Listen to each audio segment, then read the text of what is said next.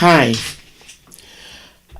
One interesting fact about African history is that while Africa was enjoying its golden age, Europe was encountering a general downturn in productivity and economic growth.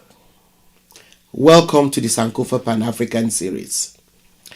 Before we find out more about this topic, please subscribe to this channel if you've not yet done so. Thank you. I know that it is possible to look at the way that someone like Mansa Musa drew undue attention to himself when he went on pilgrimage to Mecca, and the amount of gold that he spent there and in other places like Egypt on his way to and from Mecca. And some people might look at this and say, maybe if he had not done so, Africa might not have attracted undue attention to its wealth. However, that position is rather simplistic. The truth of the matter is that countries in Europe were desperate. It was a case of find resources to pillage elsewhere or perish. The 14th century was a period of major famines and crises in the agricultural sector in Europe. From about 1320, there was a famine every 10 years. Fields used for grazing and planting were affected by serious climatic changes, and so yielded very little, and soon they became abandoned. Food became scarce, and then epidemics such as black plague, typhoid, dysentery, smallpox, etc., hit populations periodically between 1313 and 1348. There was therefore an increase in mortality and a drop in birth rates. Citizens grappled with very poor standards of living, with limited nutrition and several health problems. So these conditions in Europe were to have dire effects on the rest of the world, especially continents like Asia and Africa, which had and still have rich resources.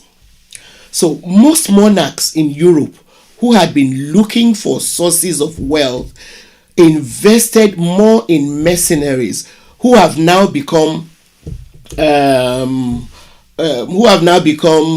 canonized, in history as explorers. These mercenaries were prepared to risk their lives looking for wealth in these two continents as well as in the New World. So with the wealth they found and bestowed on their monarchs, these mercenaries then bought respectability.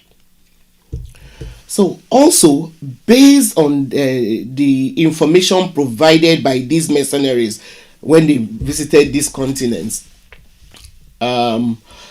these so-called explorers, other people from Europe then started exploring and migrating to colonize other continents in order to find the wealth with which they then improved life in their own home countries. One thing which I find very disturbing and which we should all pay attention to is that as I continue to research this period in history,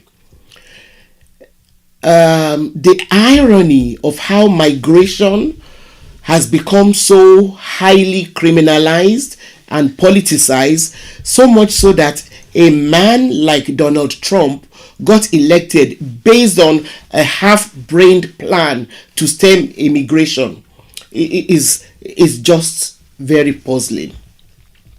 We now have a situation in which, first, although there is lip service paid to giving preference to migrants who are war refugees, others who embark on migration as a result of economic hardship are criminalized if they don't end up dying during the perilous journeys or practically ending up enslaved. Now, this irony is driven home when one realizes that migration is a natural part of human life. Europeans, during periods in their history when life was unsustainable on that continent, saw the need to and were able to migrate in order to improve their circumstances.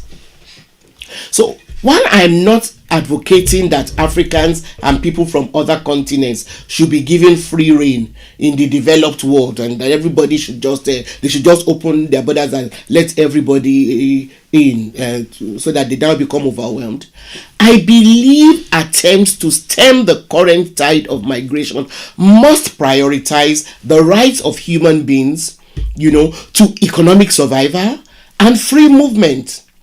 Why is there such little effort to address the huge and widening economic gaps between countries? How do we justify a world in which cats and dogs in some parts of the world are better fed than human children in other parts of the same world? Why are we so reluctant to link the fact that young men and women will risk drowning in desperate bids to migrate to lack of economic equity, social justice, lack of job opportunities, and other factors? We must link these factors. Anyway, going back to the decline of Africa's golden age, as a result of continued contact with the Arabs and later Europeans, Africa witnessed fundamental changes. Foreign trade partners worked persistently to establish themselves by developing relationships with the ruling hierarchies in Africa. Mostly, they did this by fueling and exploiting ethnic and religious divisions. Old rivalries and hostilities were inflamed or revived. As such, state structures were gradually destroyed by the violence in the form of skirmishes, ambushes, kidnappings. These all kept flaring up, leading to insecurity and fear. The ruling classes quickly saw that there was profit to be made from selling slaves, to their foreign allies. Initially, the trade in slaves was dominated by Arabs, but Europeans swooned in. The ruling classes got so befuddled by either the newfound religions of their foreign allies or the equally intoxicating guns and sometimes real alcohol which they got in exchange for their fellow Africans. Their victims were mostly captured during wars or sometimes simply classified as criminals with often trumped up charges. Wherever the ruling classes got into partnerships with foreign exploiters, traditional laws and customs broke down and the abuse of power became the order of the day.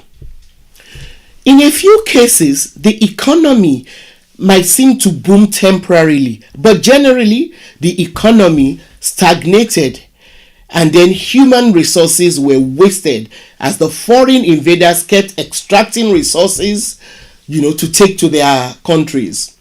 Human beings were carted away to work and develop other economies, just as minerals and other natural resources were carried away.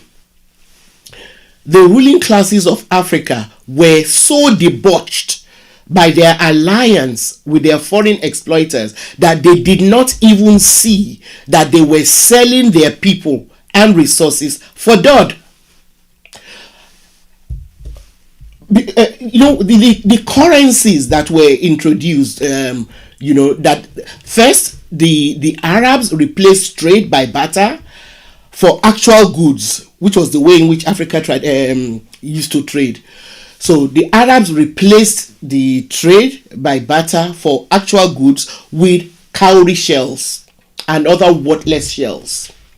The Europeans then topped this by introducing other currencies like the Manila and other valueless currencies. So as far as Africa is concerned, neither the Muslim Arabs nor the European Christians ever had any intention or interest that was not self-serving in Africa.